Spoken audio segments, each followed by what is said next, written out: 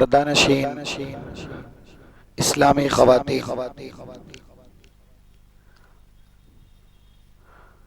ابھی سورہ آل عمران کی 133 نمبر کی آیت کریمہ تلاوت کی گئی۔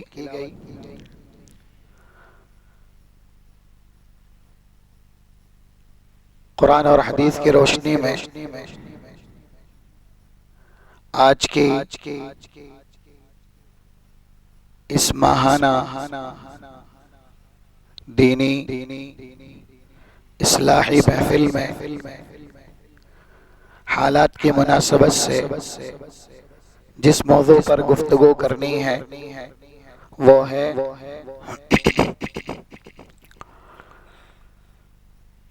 ماہ شعبان کی بدعت اور استقبال رمضان۔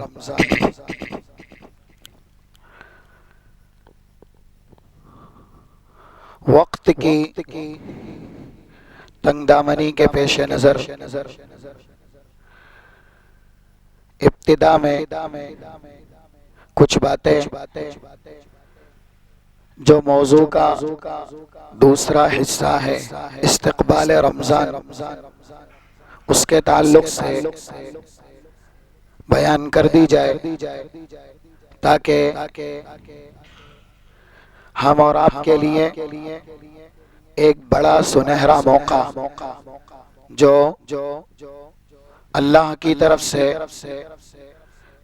اہل ایمان کی ایمانی بیداری اور گناہوں کی معافی کے لیے پورے ایک مہینے کی شکل رمضان مبارک یہ عنایت کیا جاتا ہے۔ یہ مہینہ ہم کیسے گزارے، اس کا استقبال کیسے کرے، اس سے فائدہ کیسے اٹھائے، یہ موضوع اپنے آپ میں بڑی اہمیت کا حامل ہے۔ اس لیے اسی کے پیش نظر کچھ اہم ترین معلومات آپ کے گوش گزار کر دی جائے۔ رب العالمین ہم اور آپ کو سننے، سمجھنے اور عمل کرنے کی توفیق و سعادت نصیب فرمائے۔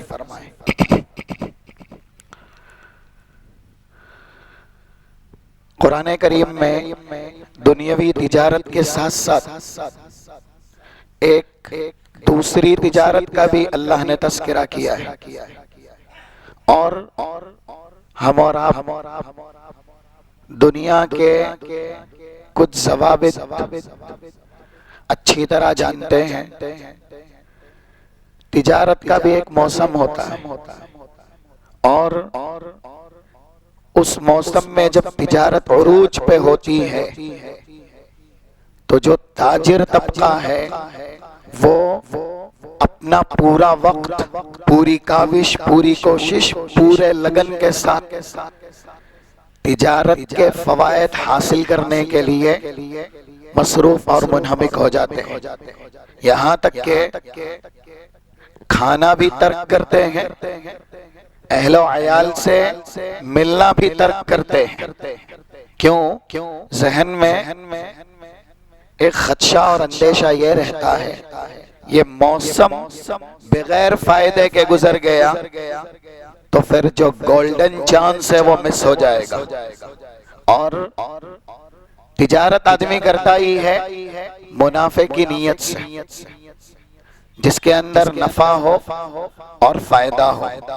تو جب موقع ہے، موسم ہے کہ تجارت بآسانی فروغ کی جائے، بڑھائی جائے، اس کو ترقی دی جائے اور اس میں زیادہ سے زیادہ فائدہ حاصل کیا جائے، تو کیوں ایسے موسم میں اپنے آپ کو منہمک یا مصروف نہ رکھا جائے؟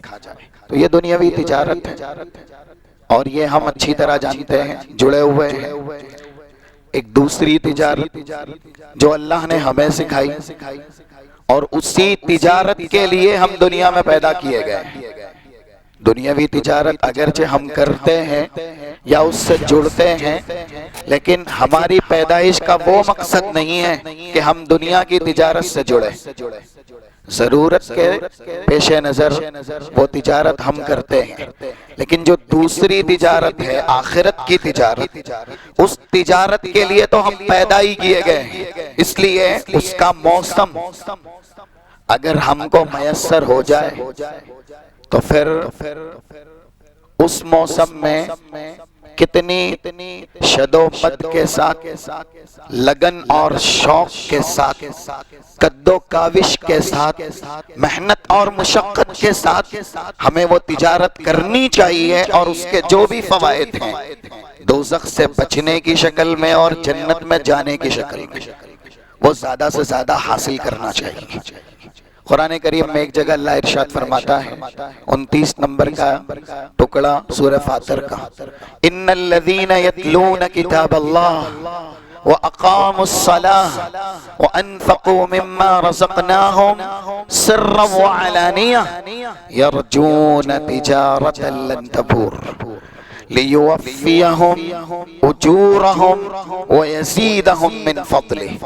جو لوگ اللہ کی کتاب کی تلاوت کرتے ہیں، نماز قائم کرتے ہیں، جو کچھ ہم نے پاکیزہ رزق دیا ہے اس میں سے خفیہ یا اعلانیہ خرچ کرتے ہیں، وہ ایسی تجارت کے امیدوار ہیں جس میں صرف اور صرف فائدہ ہے، نقصان ہے ہی نہیں۔ دنیا کی وہ تجارت جس میں ہم اور آپ جڑتے ہیں، جہاں فائدہ ہے دوسری طرف نقصان کا بھی اندیشہ رہتا ہے، لیکن پھر بھی انسان ایسی تجارت کے لیے جب موسم آتا ہے تو جسمانی قربانیاں بھی دیتا ہے، وقت کی قربانیاں بھی دیتا ہے۔ آخرت کی تجارت جیسا کہ ابھی ہم نے سنی، یہ وہ تجارت ہے جس میں نقصان ہے ہی نہیں، جس میں فائدہ ہی ہے، اور انسان جتنا کرتا ہے اس سے زیادہ دیا جاتا ہے۔ لِيُوَفِّيَهُمْ أُجُورَهُمْ، جو یہ تجارت کریں گے اور اس میں اپنے آپ کو مصروف رکھیں گے، ہم ان کو ان کی محنت سے کئی گنا زیادہ دیں گے۔ کیوں؟ کہ یہ تجارت اللہ کی سکھلائی ہوئی ہے، اللہ کے لیے کی جاتی ہے۔ دوسری جگہ خود اللہ نے اپنی طرف منسوب کر کے کہا، 10 نمبر کا ٹکڑا سورہ صف کا، یا ایھا الذین آمنوا هل ادلکم علی تجارہ تنجیکم من عذاب علیم۔ ایمان والو، ایک تجارت کی رہنمائی میں بھی تمہیں کرنا چاہتا ہوں۔ اللہ کہہ رہا کیا میں ایک ایسی تجارت کی طرف تمہاری رہنمائی نہ کروں، تنجیکم من عذاب علیم، جو دردناک عذاب سے تمہیں نجات دلائے۔ تؤمنون باللہ ورسولہ وتجاہدون فی سبیل اللہ باموالکم وانفسکم ذالکم خیر لکم ان کنتم تعلمون۔ اللہ پر ایمان لانا، نفس اور مال سے اللہ کی راہ میں جہاد کرنا، مجاہدہ کرنا، یہ ہے اخروی تجارت۔ کچھ ہی دنوں کے بعد جو مہینہ ہم اور آپ کو اللہ کی طرف سے بطور انعام دیا جائے گا، یہ اخروی تجارت کا موسم ہے۔ اس مہینے میں اخروی تجارت زیادہ سے زیادہ ہم اور آپ کو کرنی ہے، اور اس مہینے کا استقبال کرنا، ہم اپنے آپ کو خوش نصیب سمجھے، اور ایسے ہی یہ دعا جو سلف صالحین سے مستند ہے، اگرچہ حدیث اس کی ضعیف ہے، رسول اللہ کا یہ فرمان نہیں ہے۔ ایک کتاب امام طبرانی کی المعجم الاوسط ہے، 3939 نمبر سے یہ حدیث اس میں موجود ہے، لیکن حدیث ضعیف ہے۔ جو دعا ہے وہ سلف صالحین کرتے تھے، اللہم بارک لنا فی رجب و شعبان وبلغنا رمضان، اللہ رجب اور شعبان کے مہینے میں برکت دے، اور اگر یہ 2 مہینے دے دیے گئے اور اس میں ہم نے برکت کا سوال کیا ہے تو اس کا مطلب یہ ہے کہ ان 2 کے بعد جو مہینہ آئے گا مہینوں کا سردار، وَبَلِّغْنَا رمضان، اللہ اپنے فضل و کرم سے ہم کو رمضان تک پہنچا دے، رمضان کا سایہ ہم پر فگن کر دے، رمضان کا مہینہ ہماری زندگی میں طاری کر دے۔ دیکھیے تھوڑے لمحے کے لیے سوچئے، اپنے گھر میں جھانکیے، پڑوسیوں کو دیکھیے، سماج معاشرے میں نظر دوڑائیے، دائرانہ نگاہ ڈالیے۔ وہ رمضان جو گیا اس میں کتنے ہمارے اپنے ایسے تھے جو ہمارے ساتھ تھے۔ آج شاید یہ رمضان جو آنے والا ہے، اب ہم میں کا کون وہاں تک پہنچے گا یہ تو اللہ ہی کو معلوم ہے، اس لیے اس طرح کی دعات شروع میں ہی بتا دی گئی کہ انسان کو کرنی چاہیے۔ سلف صالحین یہ دعائیں کرتے تھے۔ وہ جو ہمارے اپنے عزیز، قریب یا ایسے ہی چہیتے، ہمدرد، غم گسار، لیکن بر وقت وہ ہمارے ساتھ نہیں ہیں۔ اور ہم میں سے کتنے ایسے، اللہ کرے ہر کسی کو یہ مہینہ اللہ اپنے فضل و کرم سے عنایت کرتے، لیکن کون پہنچتا ہے کون نہیں پہنچتا، ابھی بھی منزل کچھ دور ہے۔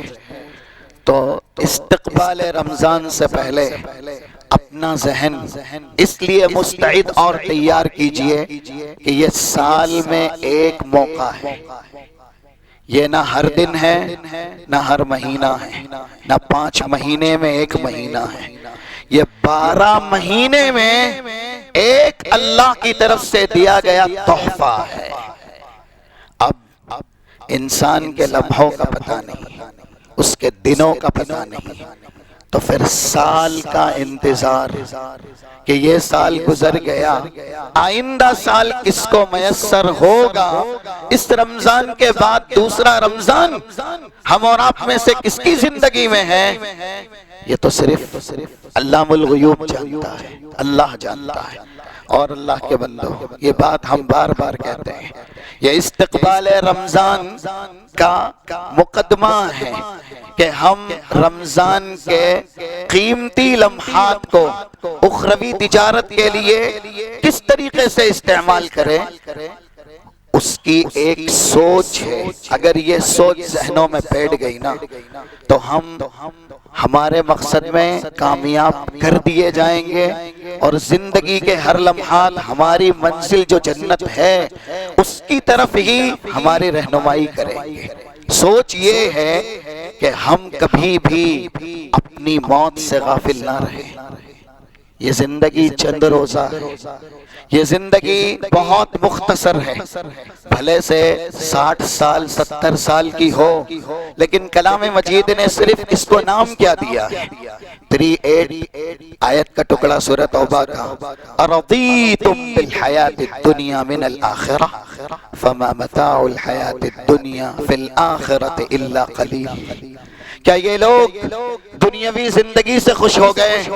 ان کو دنیا میں جو چاہیے تھا وہ مل گیا اور انہوں نے یہ سمجھ لیا کہ بس مقصود پورا، کامیاب ہو گئے۔ اگر دنیا میں نعمتیں مل جانا ہی کامیابی ہے تو اللہ کہہ رہا ہے عقل مندو، آخرت کی زندگی کے مقابل دنیا کی زندگی بہت کم ہے، بہت کم۔ 39 نمبر کا ایک ٹکڑا سورہ مومن کا، جہاں کہا گیا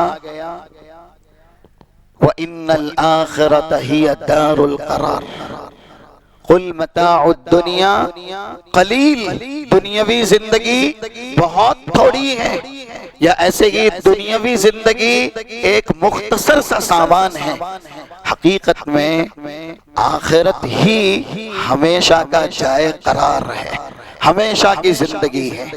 تو انسان کبھی بھی اپنی موت سے غافل نہ رہے۔ کیونکہ ہم زیادہ تر لاپرواہی، دین سے دوری، کتاب اور سنت سے بیزاری صرف اس لیے کر جاتے ہیں کہ ہم دنیا میں مصروف کیے جاتے ہیں۔ شیطان کی طرف سے ہم دنیاوی زندگی کے لیے جو قربانیاں دینی چاہیے اس کے اندر حد کو بھی تجاوز کر دیے جاتے ہیں۔ دنیا سے دل لگا بیٹھتے ہیں، دنیا کو زبان حال سے اپنی ہمیشہ کی زندگی سمجھ لیتے ہیں۔ اسی وجہ سے ہم اور آپ زیادہ تر دین کی قدر نہیں کر پاتے اور دینی موسم کی قدر نہیں کر پاتے، دینی لمحات کی قدر نہیں کر پاتے۔ موت ایک بے شک بڑی حقیقت ہے، اور یہ وہ ہے، کوئی ایک انسان مریض ہے اور ایسی بیماری میں مبتلا ہے جس سے اس کی جان چلی ہی جائے گی، علاج کے لیے پیسہ نہیں ہے، موت اس کے یہاں پر بھی دستک دیتی ہے، اس کو بھی پکڑتی ہے۔ جس کا دنیا سے جانا اس کے وقت سے پہلے ہی اس کو بتلا دیا گیا، یہ مرض ہے، آپ علاج نہیں کروا سکتے کیونکہ آپ مستطیع یا قابل استطاعت نہیں ہیں۔ تو جیسے موت اپنے اہانی شکنجوں میں ایسے مریضوں کو جکڑتی ہے جن کے یہاں تجوریاں بھری پڑی ہیں، شاید جسم میں کوئی بیماری تک بھی نہ ہو، جب وہ چلتے ہیں پھرتے ہیں موت وہاں پر بھی اچانک دستک دے دیتی ہے۔ انسان اپنے بستر پر کروٹیں لیتا ہے، موت وہاں پر بھی دستک دے دیتی ہے، یہاں تک کہ دنیا کی ناز و نعمت کی محفل میں عیش و عشرت کی حالات میں پرسرور رہتا ہے، اور جسمانی اعتبار سے کوئی کمی نہیں، جسمانی اعتبار سے کوئی کمزوری نہیں، ایسے توانا طاقتور صحت مند انسان کو بھی موت جوانی کی حالت میں اپنے مضبوط ترین اہانی شکنجوں میں جکڑ لیتی ہے۔ موت جس کی جہاں لکھی ہے وہاں آنی ہی آنی ہے۔ یہ قاعدہ نہیں ہے کہ ہم اور آپ ابھی ماشاءاللہ جوان ہیں اس لیے رمضان ایک کے بعد ایک کے بعد ایک کے بعد بہت دیے جائیں گے، ہماری زندگی میں ابھی کئی سال باقی ہیں اس لیے کئی رمضان آئیں گے، نہیں اللہ، اگر ایسا ہے تو پھر اس طرح کی حدیث کا جواب دیا جائے۔ رسول اللہ صلی اللہ علیہ وسلم کی ایک کیفیت بتائی گئی، ابن ماجہ کی حدیث ہے 4261 نمبر کی، دخل رسول اللہ صلی اللہ علیہ وسلم علی شاب وہو فی الموت، ایک نوجوان صحابی جب بیماری میں گرفتار ہوئے تو وہ بیماری سکرات موت والی تھی، اس میں ان کا انتقال ہونا تھا، لیکن وہ صحابی جو سکرات موت میں ہیں، زندگی کے کس مرحلے میں ہیں، یہ لفظ بتائے گا، دخل رسول اللہ علی شاب وہو فی الموت، نوجوان صحابی ہیں اور رسول اللہ ان کی عیادت کے لیے تشریف لے جاتے ہیں، ایسی بیماری ہے جو بیماری سکرات موت کی ہے، اور اللہ کے نبی صلی اللہ علیہ وسلم پوچھتے ہیں کیف تجدک، کیا حالت ہے، کیسا پا رہے ہو، جواب ملتا ہے ارجو اللہ و اخاف ذنوبی، نیکیاں بھی کی ہے گناہیں بھی ہیں، بس اللہ کی رحمت پر یقین ہے اور اللہ کے عذاب سے ڈر لگتا ہے۔ رسول اللہ بعد میں یہ بھی کہتے ہیں تسلی دیتے ہوئے کہ اب آپ کے لمحات بہت کم ہیں کیونکہ آپ سکرات موت میں ہیں، لا یجتمع فی عبد مؤمن فی هذا الموطن الا اعطاہ اللہ ما یرجو وآمنہ مما یخاف، کیونکہ آپ اللہ کے عذاب سے ڈر بھی رہے ہیں، جو نیکیاں آپ نے کی ہے اس کے بدلے صلے کی امید بھی ہے، تو خوش ہو جائیے جب اس طرح کی کیفیت میں یعنی سکرات موت میں ایک انسان کو اللہ پر یقین رہے اور اس کے عذاب سے ڈر لگے تو اللہ جو اس کا یقین ہے اسے بھی پورا کرے گا، اپنی رحمت سے مالا مال بھی کرے گا، اور جو ڈر ہے اس ڈر سے بھی اللہ بچائے گا یعنی دوزخ کے عذاب سے بھی۔ یہ واقعہ ایک نوجوان صحابی کا، ہم اور آپ شاید یہ سمجھتے ہیں کہ جوان کو موت نہیں آتی یا حالت جوانی میں موت نہیں آتی. موت جس کی جہاں ہے وہاں آئے گی. اور وہ آیات ہیں چاہے 11 یا 12 نمبر سورۃ المنافقون کی وَلَن يُؤَخِّرَ اللَّهُ نَفْسًا اذا جاء اجلها، جس کا آخری وقت بچپن میں ہے، پیدا ہوا اور ابھی دنیا چھوڑنی ہے وہ ابھی چھوڑے گا. جس کا آخری لمحہ 10 سال کے مرحلے میں ہے وہ 10 سال میں ہی چھوڑے گا. جس کا آخری لمحہ دنیا کے اندر 30 سال میں ہے وہ 30 سال میں چھوڑے گا. اور اس کے بعد جس کا آخری لمحہ اللہ نے جس زندگی کے مرحلے میں بنایا ہے بس وہی اس کا آخری لمحہ ہے. اور بہانہ کچھ بھی ہو، موت انسان کی لکھی ہوئی ہے، وہ آ کر کے رہتی. اس لیے ہم اور آپ اگر اطاعت کا موسم دیے جائیں، نیکی کا مہینہ دیے جائیں، جس مقصد کے لیے دنیا میں پیدا کیے گئے ہیں اس مقصد کو حاصل کرنے کا اللہ کی طرف سے انعام اور اکرام دیے جائیں تو ہمیں اس کی قدر بھرپور کرنی ہے. اور رسول اللہ صلی اللہ علیہ وسلم نے موت کی یاد اس طرح سے بھی ہم اور آپ کو بتائی. یہ بھی استقبال رمضان کے لیے ایک بڑی نصیحت ہے. اور ایسے ہی استقبال رمضان میں انسان کے لیے کام آنے والا یا فائدہ دینے والا بڑا عبرتناک اسلامی درس اور اسلامی سبق ہے. اللہ کے نبی نے ہمارے اور آپ کی دنیا میں ایک پہچان بتائی ہے. شاید یہ پہچان ہم سنتے ہیں لیکن فراموش کر جاتے ہیں. 6416 صحیح بخاری کی حدیث، عبداللہ ابن عمر کہتے ہیں اخذ رسول اللہ صلی اللہ علیہ وسلم بمنکبی فقال، رسول اللہ نے میرے دونوں کندھے پکڑ کے کہا کن فی الدنیا کأنک غریب، دنیا میں مسافر کی طرح رہو. آج ہم دنیا میں ایسے رہتے ہیں کہ مرنا نہیں ہے. رسول اللہ کہہ رہے ہیں مسافر کی طرح. بتائیے اگر ہمیں ہماری جگہ سے اسی ملک میں یا ملک کے باہر کسی جگہ سفر کرنا پڑ جائے، سواری ہم لیتے ہیں نا تو کیا خرید لیتے ہیں؟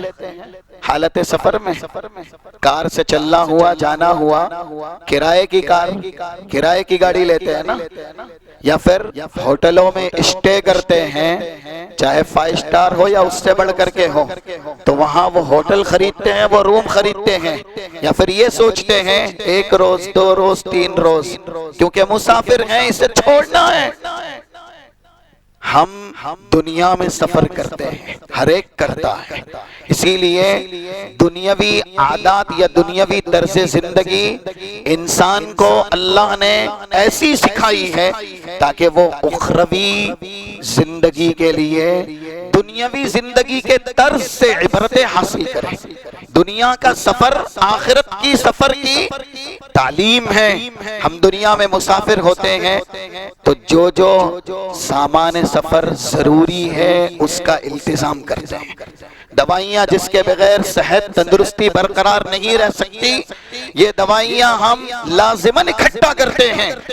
جبکہ ہم کو یہ بھی پتا ہے کہ اسی سفر میں اگر ہم نے ہماری دوائی نہیں بھی لی تو کسی جگہ آسانی سے اس طرح کی دوائیاں مل جائے گی.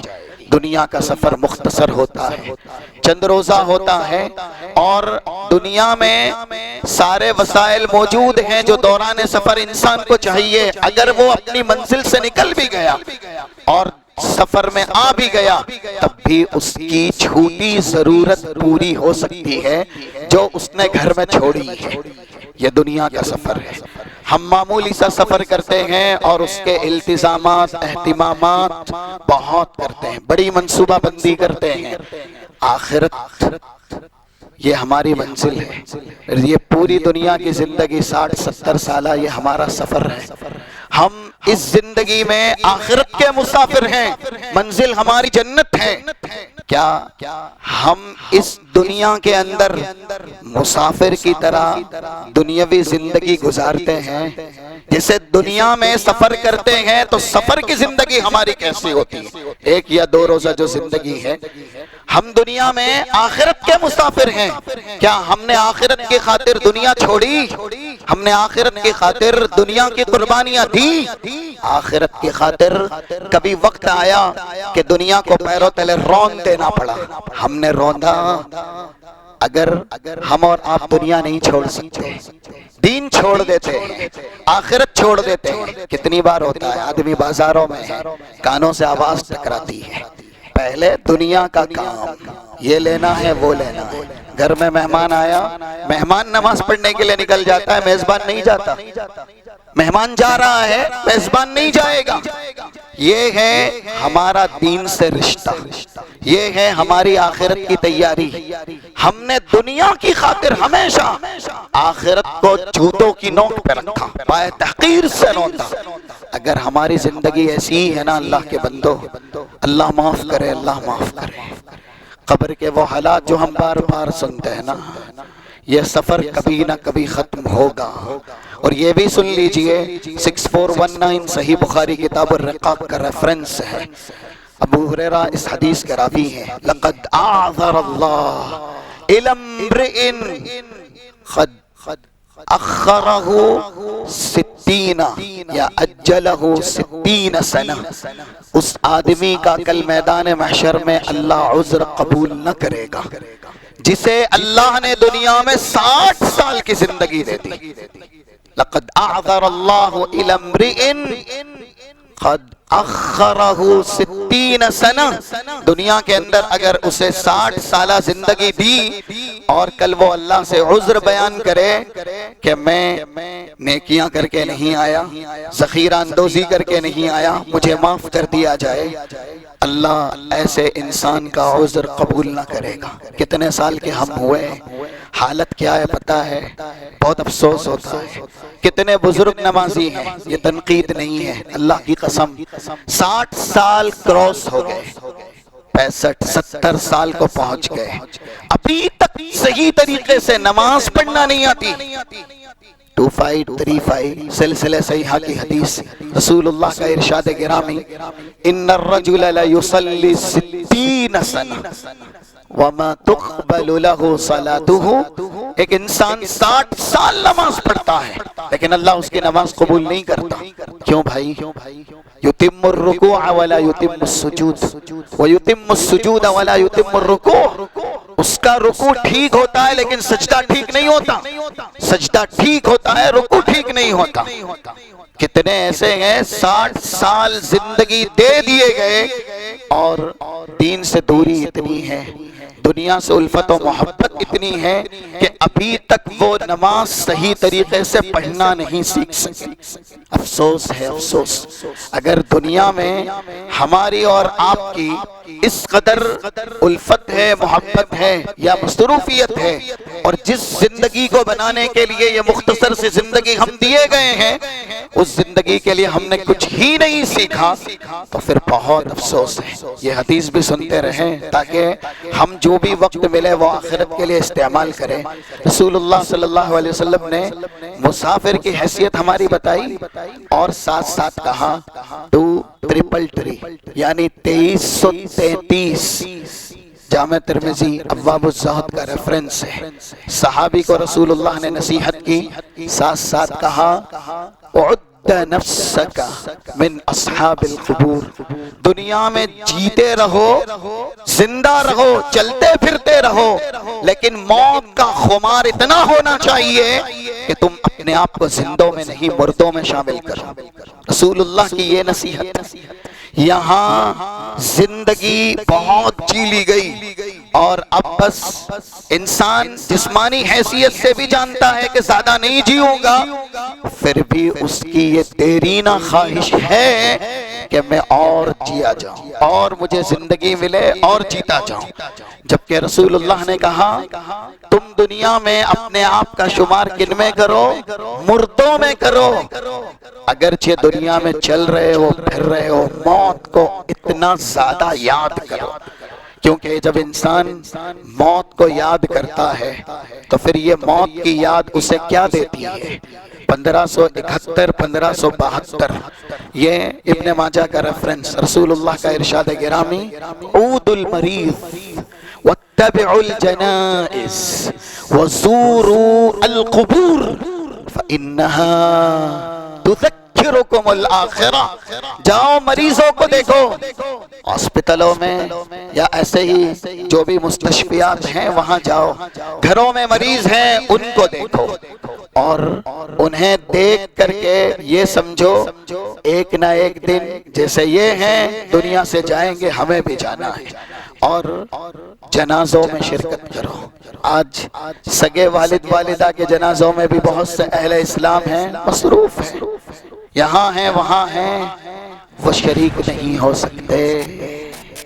یہ حالت ہے دنیا کی دل لگی کی اور دنیا سے الفت کی، یا ایسے ہی دنیاوی محبت کی کہ انسان اپنے بچوں کے جنازے میں نہیں، والدین کے جنازے میں نہیں۔ کیوں کہ بھائی وہ یا تو حکمران زماں ہو چکا ہے یا پھر سرداران رواں ہو چکا ہے، اتنا مصروف ہے کہ اس کے پاس ماں باپ کے جنازے پڑھنے کا بھی وقت نہیں، اس میں بھی شرکت کا وقت نہیں۔ نعوذ باللہ، ایسی مصروفیت جو دنیا میں انسان کا ٹھکانہ نعوذ باللہ دوزخ بنا دے، کس کام کی؟ رسول اللہ کہہ رہے ہیں جنازوں میں شرکت کرو، قبروں کی زیارت کرو، فَإِنَّهَا تُذَكِّرُكُمُ الْآخِرَةَ۔ جس زندگی کے لیے تم پیدا کیے گئے ہو، جس کے مسافر بنائے گئے ہو، اس زندگی کی یاد تازہ ہوگی، اس کے لیے مستعد رہو گے، تیار رہو گے۔ اور دیکھیے آج ہمارا کوئی بھی اپنا جب دنیا سے جاتا ہے نا، اللہ اس کا وہاں کا بہتر کرے۔ ہم زیادہ تر دیکھتے ہیں الحمدللہ الحمدللہ ہمارے پاس اچھے گھرانے ہوتے ہیں رہنے کے لیے، رہائش کے لیے، اچھے لباس ہوتے ہیں پہننے کے لیے، یا اسی طریقے سے اچھی سواریاں گاڑیاں ہوتی ہیں چلنے کے لیے، اچھے بہترین پکوان پکتے ہیں اپنے آپ کو شکم شیر کرنے کے لیے، ساری دنیا کی ناز و نعمت ہم اور آپ کو میسر ہے، لیکن آنکھ بند ہوئی اور ایک انسان برزخی زندگی میں شامل کر دیا گیا۔ اب اللہ اس کا وہاں کا بہتر کرے۔ اس نے اپنی پوری 60-70 سالہ زندگی دنیا ہی میں صرف کی، دنیا خوب بنائی، یہ چاہیے تھا وہ چاہیے تھا، اس کے لیے سب کچھ حاصل بھی کیا، لیکن جب یہ سپرد قبر ہوا، اب دنیا کی کون سی نعمت ہے جو اس کے ساتھ ہے؟ دنیا کا کون سا چہیتا محبوب ترین فرد ہے، بیٹا یا بیٹی، بیوی یا اور دوست احباب جو اس کے ساتھ؟ کوئی نہیں نا۔ اللہ ہم میں سے کسی کا یہ حشر نہ کرے، لیکن دیکھا یہی جاتا ہے کہ آج کل کے اہل ایمان جب دنیا سے جاتے ہیں تو اپنے پیچھے دنیا خوب چھوڑ کے جاتے ہیں۔ آئے تھے کس لیے؟ یہ دنیا بنانے کے لیے آئے تھے؟ آئے تھے آخرت کی تیاری کے لیے نا۔ جب جاتے ہیں تو جو سامان لینا چاہیے، جس کی ذخیرہ اندوزی کرنی چاہیے، جس کا توشہ زیادہ سے زیادہ اکٹھا کرنا چاہیے، آخرت شاید وہ تو نہیں کرتے۔ صحابہ کیسے تھے؟ حضرت ابو ہریرہ کے بارے میں ایک جگہ نہیں کئی جگہوں پر آپ کو ملے گا، صرف یہ ریفرنس ہے صحیح بخاری کتاب العلم کا 99 نمبر کا۔ رسول اللہ نے انہیں جنتی بنایا، جنتی قرار دیا، اور وہ انسان کیسے جنت میں نہیں جائے گا اللہ کے بندوں، جس نے اسلامی تعلیمات کا ایک بڑا ذخیرہ رسول اللہ کے زبان فیض سے ترجمان شدہ سنا اور اپنی زبان سے کائنات کو سنایا۔ رسول اللہ صلی اللہ علیہ وسلم کی سب سے زیادہ حدیثیں جس نے بیان کی وہ صحابی جلیل حضرت ابو ہریرہ ہے۔ ایک مثال دیں آپ کو، یہ مثال ہے 3595۔ کوئی بھی لا الہ الا اللہ کہتا ہے، لا الہ الا اللہ کہہ کر کے اسلام میں آتا ہے نا۔ لا الہ الا اللہ کی فضیلت حضرت ابو ہریرہ نے رسول اللہ سے بیان کی۔ یعنی ما قال لا الہ الا اللہ خالصا قط الا فتحت له ابواب السماء، جو بھی اخلاص کے ساتھ دل کی صداقت کے ساتھ لا الہ الا اللہ کہے گا، آسمان کے پورے دروازے اس کے لیے کھول دیے جائیں گے۔ کس نے بیان کی یہ حدیث؟ حضرت ابو ہریرہ نے۔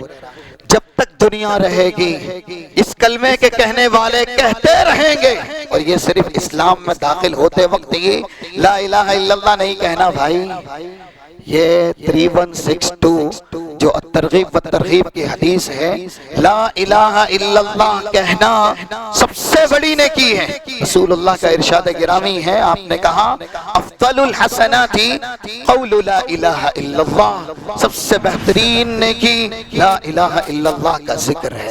اب آپ بتائیے جتنے لوگ کہیں گے یہ کلمہ پڑھیں گے، صبح شام کے کتنے اذکار ہیں جو اسی جملے سے شروع ہوتے ہیں، اور سب سے بہترین ذکر بھی یہی ہے، اس سے بہتر کوئی ذکر ہے بھی نہیں، چاہے 2695 2696 یہ صحیح مسلم کا ریفرنس ہے۔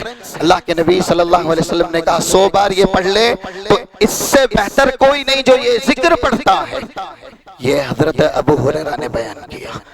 اب قاعدہ تو یہی ہے، چاہے 2670 یا 2671 جامع ترمذی کی حدیث، ان الدال علی الخیر کفاعلہ یا من دل علی خیر فلہ اجر فاعلہ، جو آدمی کسی کو بھلائی کی رہنمائی کرے، کرنے والے کو جتنا اجر و ثواب ملے گا، جس نے رہنمائی کی ہے اس کو بھی ثواب ملے گا۔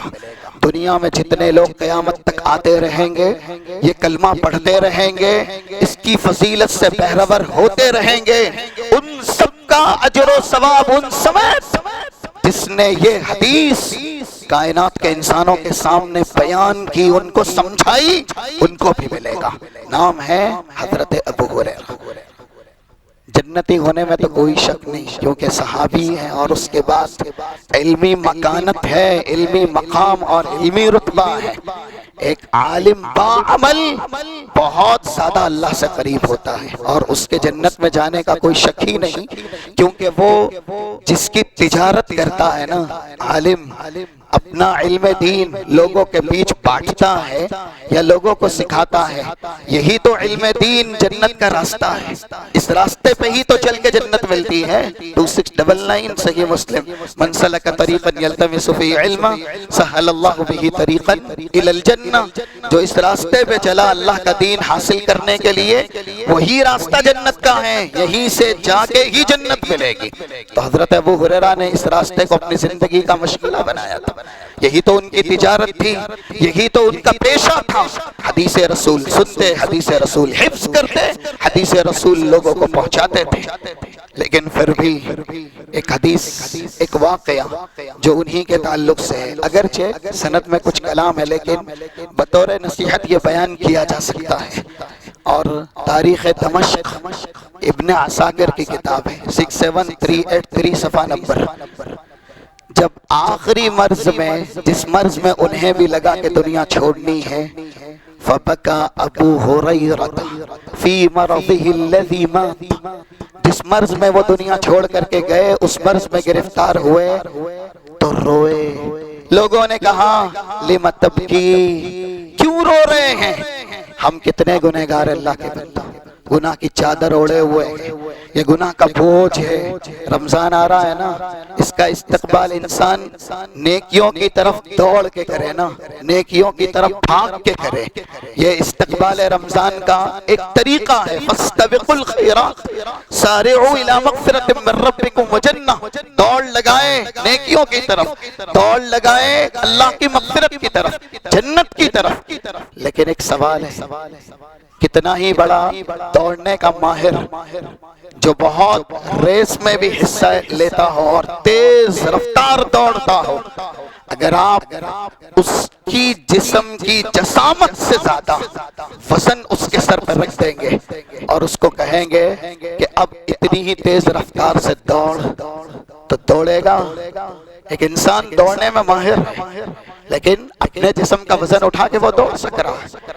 اب آپ ایکسٹرا 50-100 کلو کا وزن اس کے سر پہ لادیں یا اس کے جسم سے باندھیں اور اس کو کہیں کہ جس تیز رفتاری سے تو دوڑتا ہے دوڑ لے۔ ہم اور آپ کو اللہ نے کہا ہے نا فاستبقوا الخیرات 148، یہ سورہ بقرہ کا ریفرنس، یا 48 سورہ مائدہ کا ریفرنس، نیکیوں کی طرف بڑھیے، لیکن گناہ کا بوجھ ہمارے اوپر بہت زیادہ ہے بھائی۔ یہ بوجھ کے ہوتے ہوئے ہم نیکیوں کی طرف نہیں بڑھ سکتے، یہ بوجھ پہلے کم کرنا پڑے گا یا پھر یہ بوجھ اتارنا پڑے گا۔ پہلے گناہ کی معافی مانگنی پڑے گی، اللہ کی طرف گریہ زاری کرنی پڑے گی، توبہ کرنی پڑے گی، رجوع کرنا پڑے گا، تب جا کر کے ہم نیکیوں کی طرف دوڑ لگانے والے شمار کیے جائیں گے۔ تو ان سے کہا آپ کیوں روتے ہو؟ ہم اور آپ کو تو رونا آتا ہی نہیں، اگرچہ بہت گنہگار ہیں، کیوں دنیا میں دل ہمارا ایسے لگا ہوا ہے، مرنا بھی نہیں، قبر میں جانا بھی نہیں، اور جو بھی بات کے مراحل ہے ان سب سے گزرنا بھی نہیں۔ کردار جو حال ہے وہ یہی بتاتا ہے، زبان حال ہمارا کردار یہی جتلاتا ہے۔ وہ روئے اور ان سے پوچھا گیا کیوں روتے ہو؟ کہا لا ابکی علی دنیاکم، تمہاری دنیا کی خاطر نہیں رو رہا، جب دنیا میں تھا تبھی دنیا نہیں لی، جبکہ بہت شان طریقے سے ان کو دنیا مل بھی رہی تھی، لیکن دنیا اتنی نہیں لی۔ اب کی علی قلت زادی و بعد سفری، یہ الفاظ ذہن نشی کر لیجیے۔ استقبال رمضان ہے نا، رمضان آئے تو ہمیں استقبال کرنا ہے، لیکن اس استقبال کے لیے پہلے یہ سوچ بنانی ہے، ذہن بنانا ہے۔ ہر بار یہ رمضان نہیں ملے گا، ہر سال رمضان آئے گا، سال بھی آئے گا، جب تک دنیا ہے تب تک رمضان آئے گا، لیکن کیا ہم اور آپ تب تک رہیں گے جب تک دنیا ہے؟ حضرت ابو ہریرہ کہہ رہے ہیں اس زندگی کے بعد جو دوسری زندگی شروع ہونے والی ہے برزخ کی، اس کا سفر بہت لمبا ہے، اور اس سفر کے لیے توشہ چاہیے، سامان سفر چاہیے۔ تو جتنا لمبا سفر ہے اس کے مقابل سامان سفر میرے پاس کچھ بھی نہیں۔ وہ انسان کہہ رہا ہے جسے رسول اللہ نے جنتی قرار دیا، جس نے علمی خدمات کا وہ کارنامہ انجام دیا جو صحابہ میں دوسرے انجام نہ دے سکے۔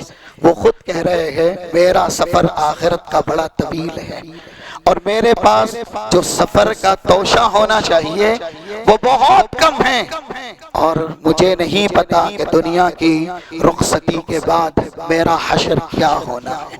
تو حضرت ابو ہریرہ کا یہ قول ذہن میں رہنا چاہیے۔ آج کل جو لوگ دنیا سے جاتے وقت دنیا بہت کما کے جاتے ہیں لیکن وہ چھوڑ ہی دیتے ہیں نا، اللہ نہ کرے اگر دنیا میں انہوں نے آخرت کی تیاری نہیں کی تو یہ حدیثیں تو ہم نے بہت بار سنی ہیں۔ 1676 صحیح الجامع میں زیادہ تر الفاظ شیخ البانی نے نقل کر دیے ہیں، اور یہ بھی ہے ان الکافر، بند کر دیجئے، اذا كان الكافر في انقطاع من الدنيا واقبال الى الاخرة، جو دنیا کے اندر دین نہیں حاصل کرتا یا ایسے ہی دیندار نہیں بنتا، اس کا بھی کبھی نہ کبھی دنیا چھوڑنے کا وقت تو آتا ہی ہے۔ کیسے فرشتے آتے ہیں؟ بالکل سیاہ، کیا لے کے آتے ہیں؟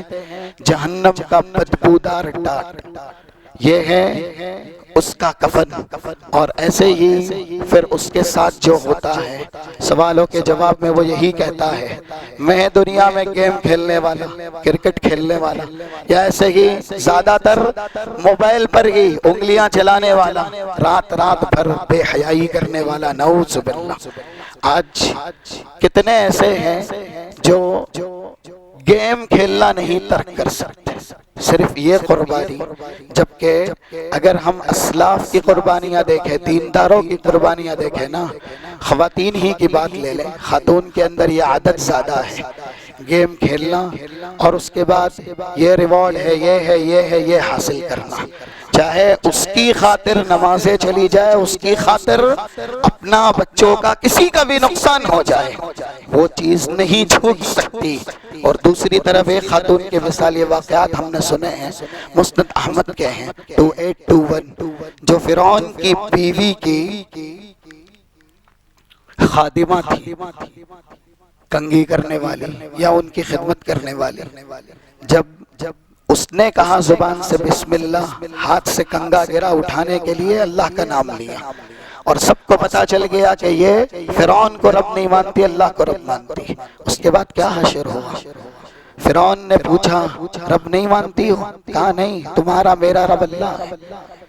بچے تھے، کہا دیکھو تمہارا حشر کیا ہوتا ہے۔ فَأُمِرَ بِبَقَرَةٍ مِّن نُحَاسٍ فَأُحْمِيَتْ، ایک مجسم گائے منگائی گئی، گائے کا اسٹیچو جو تانبے کا تھا، آگ پر پگھلایا گیا، ایسی آگ جلائی گئی، اور اس کے بعد کہا یہ حشر ہے تمہارا، تمہارے بچوں کو تمہارے سامنے اسی آگ میں نظر آتش کیا جائے گا۔ اس خاتون نے توحید کی خاطر، اللہ کی خاطر، جنت کی خاطر اپنے بچے چھوڑ دیے، بچے قربان کر دیے، ایک ایک کر کے فرعون نے بچے آگ میں آنکھوں کے سامنے ڈالے، حتی انتہا الی صبی لہا مرضع، یہاں تک کہ اس بچے کی باری آ گئی جو دودھ پی رہا تھا، تو وہ ماں فتقاعست، تھوڑا پیچھے ہٹنے لگی، گود میں بچہ تھا، اور جیسے ہی پیچھے ہٹنے لگی، یہ کرشمہ رب ہے، اللہ معجزات دکھاتا ہے، وہ بچہ جو دودھ پیتا ہے بول رہا ہے یا امی اصبری، امی جان صبر کیجئے، فَإِنَّ عَذَابَ الدُّنْيَا أَهْوَنُ مِنْ عَذَابِ الْآخِرَةِ، اگر اس آگ میں مجھ سمیت چل کے آپ دوزخ سے بچا لی جاتی ہیں تو یہ آپ کے فائدے کا سودا ہے، کود جائیے مجھے لے کر۔ وہ بھی خاتون ہی تھی نا، اس نے اپنے بچے قربان کر دیے، اپنی ذات قربان کر دی۔ اور یہاں پر ابھی رمضان میں بھی زیادہ تر یہی ہوگا، اس موبائل نے اور اس کے غلط استعمال نے ہماری وقت کی برکت کو ختم کر دیا۔ جو وقت تلاوت قرآن کا ہے، جو وقت صبح شام کے اذکار کا ہے، جو وقت اپنے گناہ کی معافی مانگنے کا ہے، جو وقت اللہ کے ذکر کرنے کا ہے، وہ سارا وقت آج شیطان اسی شیطانی ذریعے میں استعمال کرواتا ہے، اور انسان یہ سوچتا ہے زندگی بڑی لمبی ہے۔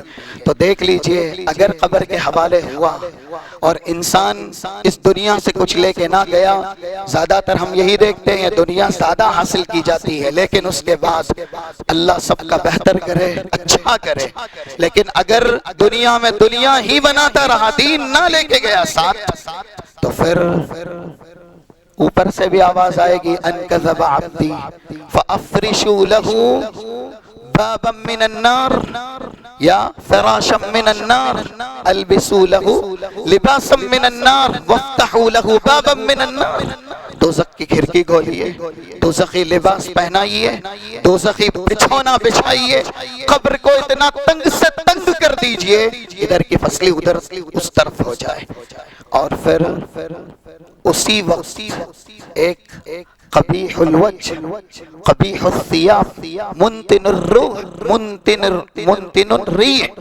بالکل بدبودار، بدصورت اور بدصورت کپڑے میں ایک انسان اس کے پاس آئے گا اور کہے گا ابشر بالذی یسوءک، تیرا یہ دن جو برا ہوا ہے تجھے مبارک ہو۔ وہ کہے گا تو کون؟ تو کون؟ پھر جواب دے گا انا عملک الخبیث، کیا؟ انا عملک الخبیث وانا الوجہ وجہک الذی یأتی بشر، میں تیرا وہ چہرہ ہوں جسے تو دنیا کے اندر برائی کے طور پہ استعمال کرتا تھا، پوری رات بے حیائی میں استعمال کی، میں تیرا وہ عمل ہوں، پڑوسیوں کو ستایا، میں تیرا وہ عمل ہوں، رمضان کا مہینہ اللہ نے تجھے دیا، تو نے کھیل کود میں، لہو و لعب میں یا ایسے ہی بے حیائی میں ہی گزار دیا، غیبت میں، چگلی میں اور کھانے پینوں میں، اس میں ہی اگر رمضان صرف کر دیا اور رمضان کا مہینہ پا کر کے اپنی مغفرت نہ کروا سکا، تو جتنے گناہ ہیں وہ سارے گناہ پر صرف یہ جملہ دلالت کرتا ہے انا عملک الخبیث، میں تیرے ہاتھوں کی کمائی، جسے تو نے دنیا کے اندر کمایا تھا وہ برائی ہوئی۔ ہم اور آپ یہ ذہن بنائیں کہ اللہ نے زندگی دی ہے تو اس زندگی میں ہم جس کے مسافر بنے ہیں وہاں کی تیاری کریں، کیونکہ رسول اللہ صلی اللہ علیہ وسلم نے بھی ایک موقع پر صحابہ کو یہ تلقین کی۔ 4195 یہ ابن ماجہ کا ریفرنس ہے۔ جب آپ ایسی قبر کی طرف تشریف لے گئے جو ابھی تیار نہیں تھی، اور اس کے بعد جب تیار ہوئی، تدفین ہو گئی، فجلس على شفیر القبر ثم بكى حتى بل الثرى، تو آپ وہاں پر بیٹھے قبر کے گرد و پیش میں، بہت روئے، یہاں تک کہ مٹی بھی بھیگی جہاں پر آپ بیٹھے ہوئے تھے۔ پھر آپ نے صحابہ سے ارشاد فرمایا، یا اخوانی لمثل هذا فاعدوا، لوگو یہاں کے لیے تیاری کرو، ہر کسی کو آنا ہے، یہ راستہ، یہ دروازہ ہر کسی کے لیے کھولا جائے گا، یہ کھڑکی ہے جو ہر کسی کے لیے کھلے گی، قبر سے ہر کسی کو گزرنا ہے۔ تو ہمیں یہ جو مہینہ ملا ہے یہاں کی تیاری کے لیے ملا ہے، اس لیے اس مہینے میں سب سے پہلے انسان اپنے آپ کو مخلص بنائے، کیونکہ بغیر اخلاص کے آپ نیکی کر ہی نہیں سکتے، اور اگر نیکی کریں گے بھی تو بھی اس نیکی کا صلہ اور بدلہ نہیں دیے جائیں گے۔ استقبال رمضان میں یہ انسان کو سب سے پہلے کوشش کرنی چاہیے کہ وہ اپنے آپ کو مخلص بنائے، اور ایسے ہی جو اللہ کی طرف سے اسے توفیق ملے وہ عمل انجام دے۔ ایسا نہیں کہ آپ کرتے کم ہیں جتاتے اور سناتے زیادہ ہیں، یہ سنا جاتا ہے۔ کتنے لوگ ہیں 2 قرآن ختم کیے، 3 قرآن ختم کیے، آپ نے اپنے لیے ختم کیے، 3 کیا اگر 30 بھی کیے تو اپنے لیے کیے، جتانے اور سنانے کے لیے نہیں۔ صحابہ میں ایسے تھے رات رات میں قرآن ختم کرتے تھے، پھر بعد میں رسول اللہ نے انہیں منع کیا، لیکن وہ آخرت کے لیے اللہ کی عبادت کرتے تھے، اللہ کی خوشنودی کے لیے۔ اسی لیے عمل کتنا ہی چھوٹا کیوں نہ ہو، اگر اخلاص ہوگا تو انسان آسانی سے جنت پہ جائے گا، عمل کتنا ہی بڑا کیوں نہ ہو۔ 30 قرآن انسان ختم کرے، سالانہ ختم کرے، یا ایسے ہی رمضان کے مہینے میں 10 قرآن ختم کر لے، لیکن اتنے بڑے کارنامے کے بعد جتانا ہے، بتانا ہے، سنانا ہے، تو پھر اللہ کے یہاں ایسے عمل کی کوئی بھی مقبولیت نہیں ہے۔ 7 نمبر کا ایک ٹکڑا ترغیب الترہیب بالکل ابتدائی حدیث کا، رسول اللہ نے کہا یا ایھا الناس اخلصوا اعمالکم فإن اللہ لا يقبل من العمل الا ما كان خالصا وابتغي به وجهه، اللہ وہی نیک عمل قبول کرتا ہے جو اس کے لیے کیا جاتا ہے، اور ایسے ہی وہی نیک عمل اللہ قبول کرتا ہے جس سے اس کی رضا مقصود ہوتی ہے۔ تو استقبال رمضان میں انسان کو مخلص ہونا چاہیے، اور دوسرا نیکی کی طرف انسان سبقت کرے، نیکی کی طرف دوڑے۔ یہ 133 نمبر کی آیت ہے جو پڑھی گئی خطبہ مستونہ کے بعد، کیا کہا؟ وَسَارِعُوا إِلَى مَغْفِرَةٍ مِّن رَبِّكُمْ وَجَنَّةٍ عَرْضُهَا السَّمَاوَاتُ وَالْأَرْضُ، سورہ آل عمران کی جنت کی طرف، اللہ کی مغفرت کی طرف دوڑیے، بھاگیے، کیونکہ یہ وقت جو ملا ہے اب پتہ نہیں ملے گا یا نہیں ملے گا۔ صحابہ کرام رسول اللہ صلی اللہ علیہ وسلم نے جب نمازیں پڑھائی، پہلی تراویح پڑھائی تھی تو تقریباً 1/3 رات تک تھی، تو کہا زیادہ کیوں نہیں پڑھاتے؟ ہمارے یہاں تھوڑی سی تراویح لمبی ہو جائے اوپر سے نیچے لوگ ہو جاتے ہیں، دوسری رات آدھی رات تک پڑھائی، تیسری رات رسول اللہ نے جب پڑھائی تو تقریباً سحری چھوٹ جانے کا اندیشہ رہا۔ یہ 23 سے شروعات ہوئی تھی، 23 کو پڑھائی تھی، 25 کو پڑھائی تھی اور 27 کو پڑھائی تھی، یہ 3 رات۔ صحیح بخاری وغیرہ کے الفاظ ہیں، حدیث بالکل صحیح ہے، اور رسول اللہ صلی اللہ علیہ وسلم خود رمضان کے اندر ساری دنیاوی چیزوں سے کٹ کر کے اپنے آپ کو دین کے لیے، عبادت کے لیے مستعد اور تیار کرتے تھے۔ یہ 1174 1175 صحیح مسلم کے ریفرنس ہے۔ حضرت عائشہ کہتی ہیں کان رسول اللہ صلی اللہ علیہ وسلم یجتہد فی العشر الاواخر من رمضان ما لا یجتہد فی غیرہ۔ رمضان کے آخری عشرے میں آپ جس طریقے سے عبادت کرتے تھے، لگن کے ساتھ، شدومت کے ساتھ، کاوش کوشش کے ساتھ، ساری دنیاوی چیزوں سے کٹ کر کے اعتکاف کرتے تھے۔ اللہ کے نبی صلی اللہ علیہ وسلم دوسرے کسی دن اس طرح کی عبادت نہیں کرتے۔ کیوں؟ یہ رمضان کا آخری عشرہ، رمضان سال میں ایک بار آتا ہے۔ رسول اللہ آخری عشرے میں اتنی عبادت کر کے ہم اور آپ کو یہ سبق دے رہے ہیں، کیا پتا آئندہ سال کا رمضان میری زندگی کا جز ہے، میری زندگی کا حصہ ہے یا نہیں۔ تو یہ سوچ ہم اور آپ میں بھی ہونی چاہیے کہ جب رمضان کا مہینہ آئے تو ہم نیکیوں کی طرف بھاگے، دوڑے۔ اور دیکھیں رسول اللہ تو استقبال کیسے کرتے، اسی مہینے سے 1649 1650 ابن ماجہ کی حدیثیں ہیں۔ رمضان کن عبادتوں سے پہچانا گیا؟ رمضان کی سب سے مشہور عبادت کیا ہے بتائیے؟ روزانہ۔ کان رسول اللہ صلی اللہ علیہ وسلم یصوم شعبان کلہ، یہی الفاظ ہے جس کا ریفرنس دیا۔ شعبان کا پورا مہینہ رسول اللہ روزہ رکھتے، یہ آپ کا عمل ہے۔ ابھی ہم ایک حدیث یہاں بیان کر کے وہ بات کا خلاصہ کر دیتے ہیں کہ ہم اور آپ کو کتنا کرنا چاہیے۔ جیسا کہ 1651 رسول اللہ کا یہ بھی فرمان ہے اذا کان النصف من شعبان فلا صوم حتی یأتی رمضان، رمضان کے آنے تک اگر آدھا شعبان ہو گیا 15 سے آپ روزہ نہیں رکھ سکتے۔ جن کی عادت ہے 13 14 15 روزہ رکھنے کی وہ رکھیں گے، یہ اللہ کے نبی کا قول ہے۔ لیکن عمل رسول اللہ کا یہ ہے کہ آپ نے شعبان کے روزے زیادہ تر رکھے، یہاں تک کہ پورے شعبان کے آپ نے روزے رکھے۔ کیوں؟ یہ آپ کا استقبال تھا رمضان کے لیے کہ رمضان میں روزے رکھنے ہیں، اس لیے اپنے آپ کو روزے کا عادی بنایا جائے۔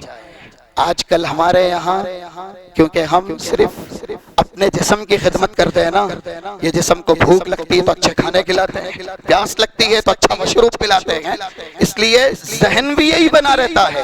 خواتین کو پہلے سے ہی تاکید رہتی ہے رمضان میں یہ ڈشز بنے گی، رمضان کے اندر یہ پکوان بنیں گے۔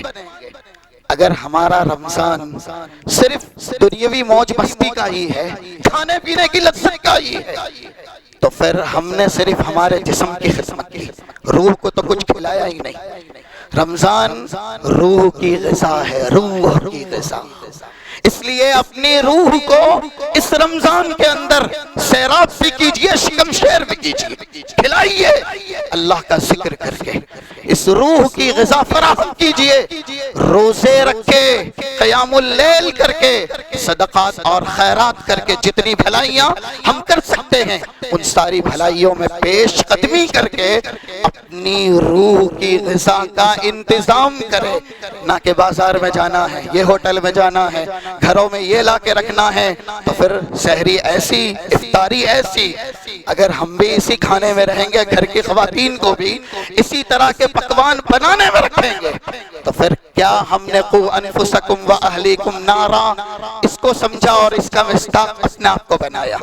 اپنے آپ کو، اپنے اہل و عیال کو دوزخ سے بچائیے۔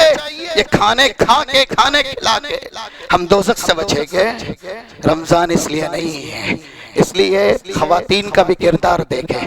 رسول اللہ کی حدیث ہے 2026 صحیح بخاری کی، حضرت عائشہ کہتی ہے کان رسول اللہ صلی اللہ علیہ وسلم یعتکف العشر الاخیر من رمضان، رسول اللہ ہر سال جتنے رمضان آپ دیے گئے آپ نے اعتکاف کیا، حتی توفاہ اللہ، یہاں تک کہ آپ دنیا سے کوچ کر گئے۔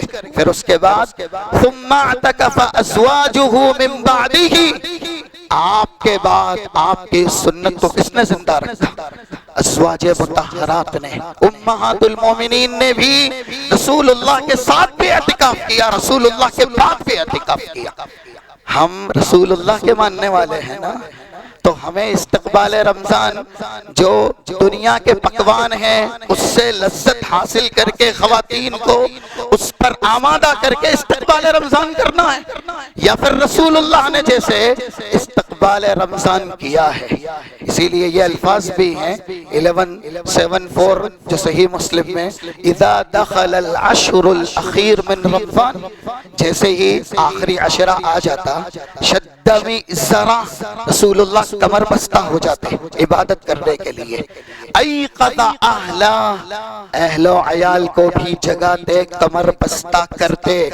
اور 310 نمبر کی صحیح بخاری کی حدیث تو یہ بتلاتی ہے کہ ایک خاتون یعنی ام المومنین جو استحاضہ کی بیماری میں مبتلا تھی، ان کو شرمگاہ سے خون آتا تھا لیکن وہ نجس اور ناپاک نہیں، حیض والا نہیں، وہ خاتون بھی اعتکفت مع رسول اللہ، رسول اللہ کے ساتھ اعتکاف میں مسجد میں، جہاں عورتوں کا پورشن تھا یا ان کا حصہ تھا کہ ساری خواتین امہات المومنین اعتکاف کر رہی ہے، تو اس خاتون یا ام المومنین نے اپنی بیماری کو نظر انداز کر دیا، عیب تک بھی ظاہر ہو گیا، پتہ بھی چل گیا کہ ان میں یہ بیماری ہے۔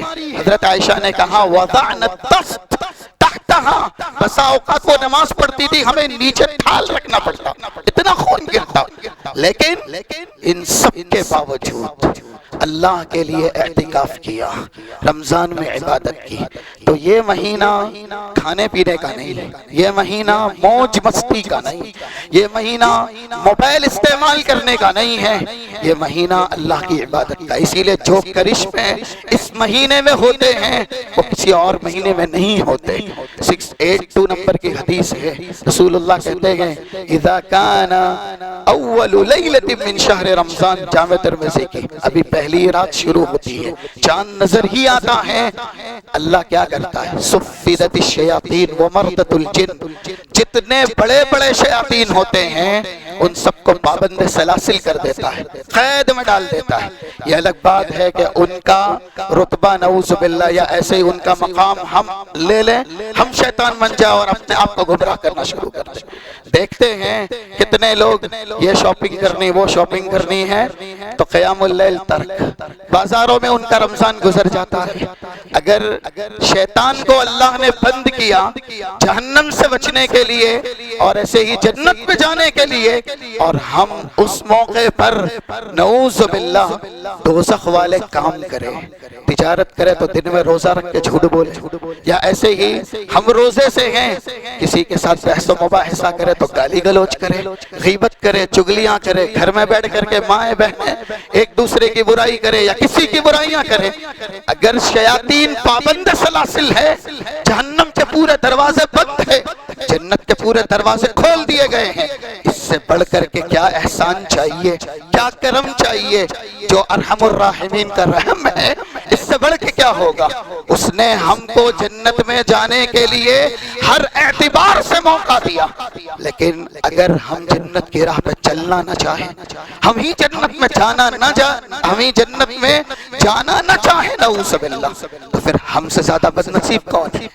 تو کتنے ایسے ہیں شیاطین پابند سلاسل ہوتے خود شیطان بن جاتے ہیں، وہ خود تو گمراہ ہوتے ہیں دوسروں کو گمراہ کر لے جاتے ہیں۔ بھائی روزہ کیوں رکھتے ہو؟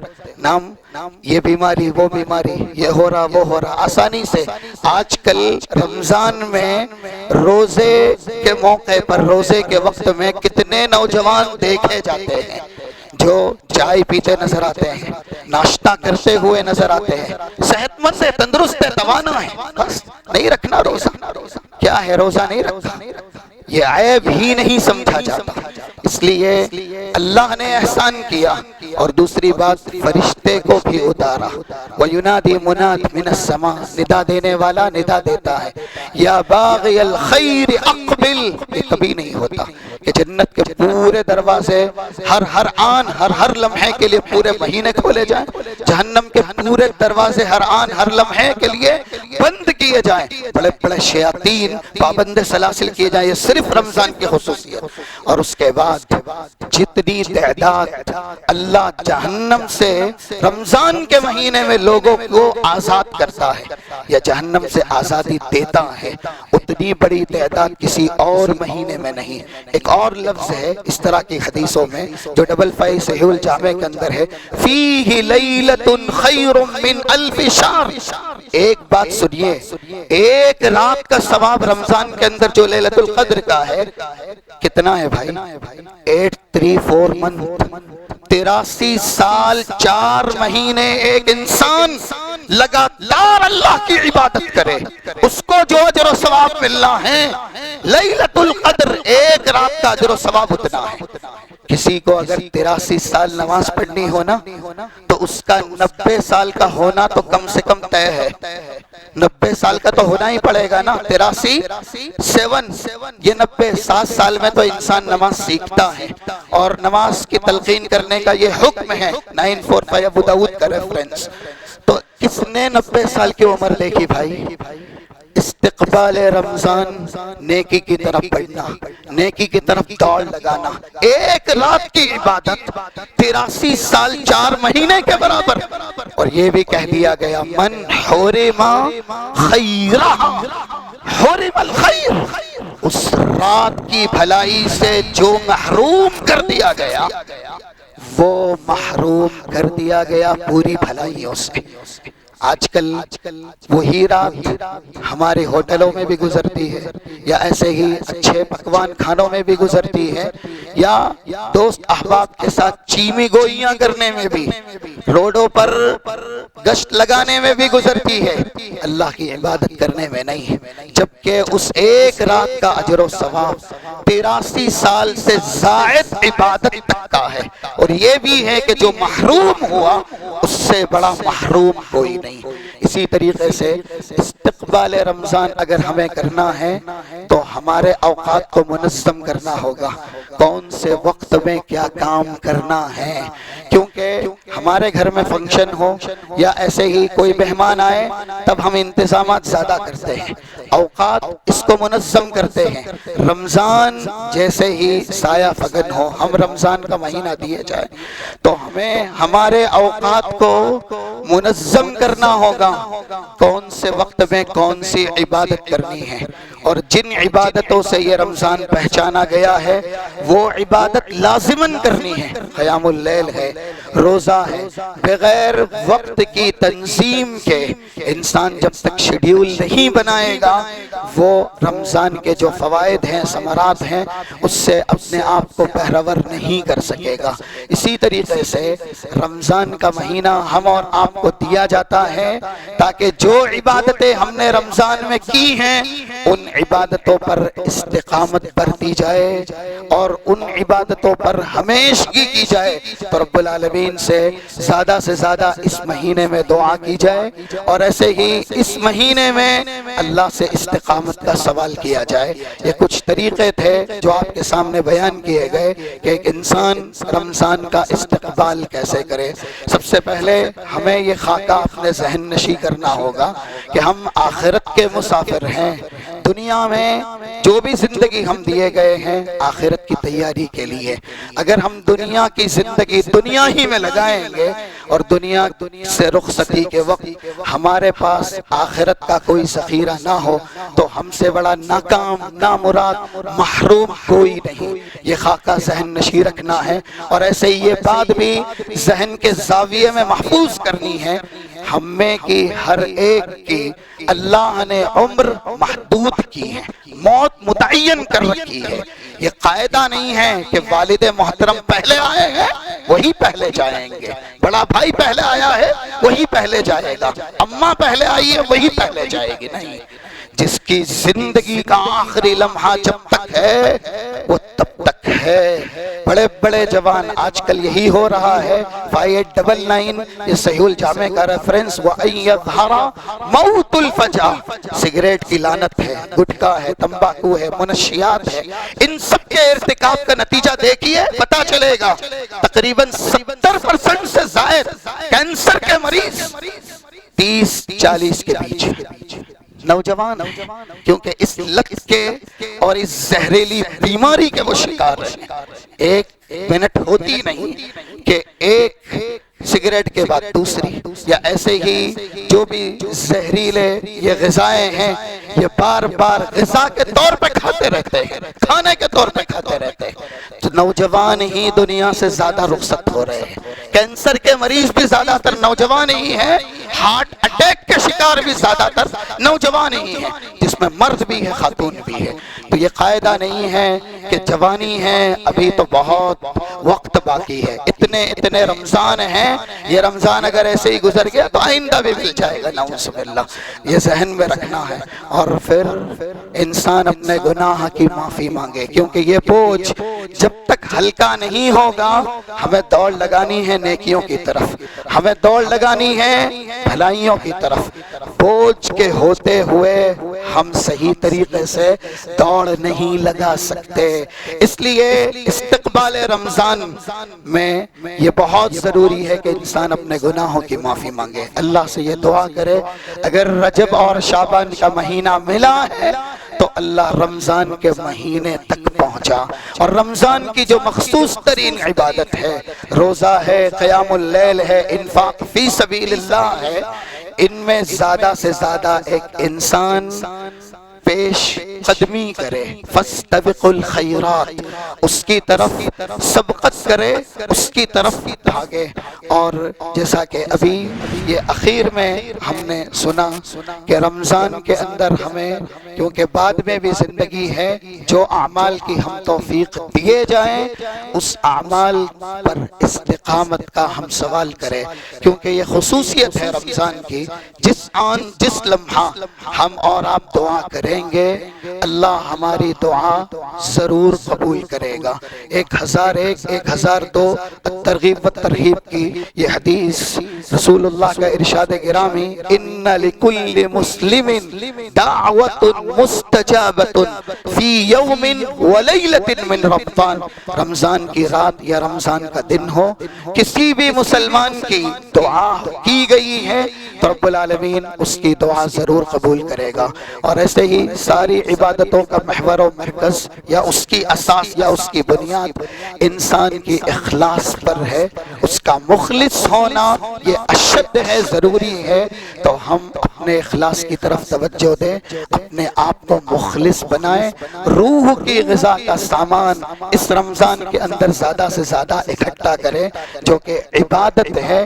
یہ کچھ استقبال رمضان کے وظائف تھے، کام تھے جو آپ کے سامنے بیان کیے گئے۔ رب العالمین سے دعا ہے اللہ ہمیں جو مہینہ مبارک مہینہ سایہ فگن ہونے والا ہے، اس مہینے کے تمام فیوز اور برکات سے ہم کنار فرمائے اور اس سے اچھے سے اچھا استفادہ فائدہ اٹھانے کی توفیق و سعادت نصیب فرمائے۔ جو باتیں یہاں پر ہم نے سماعت کی ہیں رب العالمین ہماری آخرت کی تیاری کے لیے، جنت کے حصول کے لیے اور دوزخ سے بچنے کے لیے اچھا بہترین موجب، ذریعہ اور سبب بنائے۔ وصلی اللہ علی نبینا محمد وعلی آلہ وصحبہ اجمعین۔ السلام علیکم ورحمۃ اللہ وبرکاتہ۔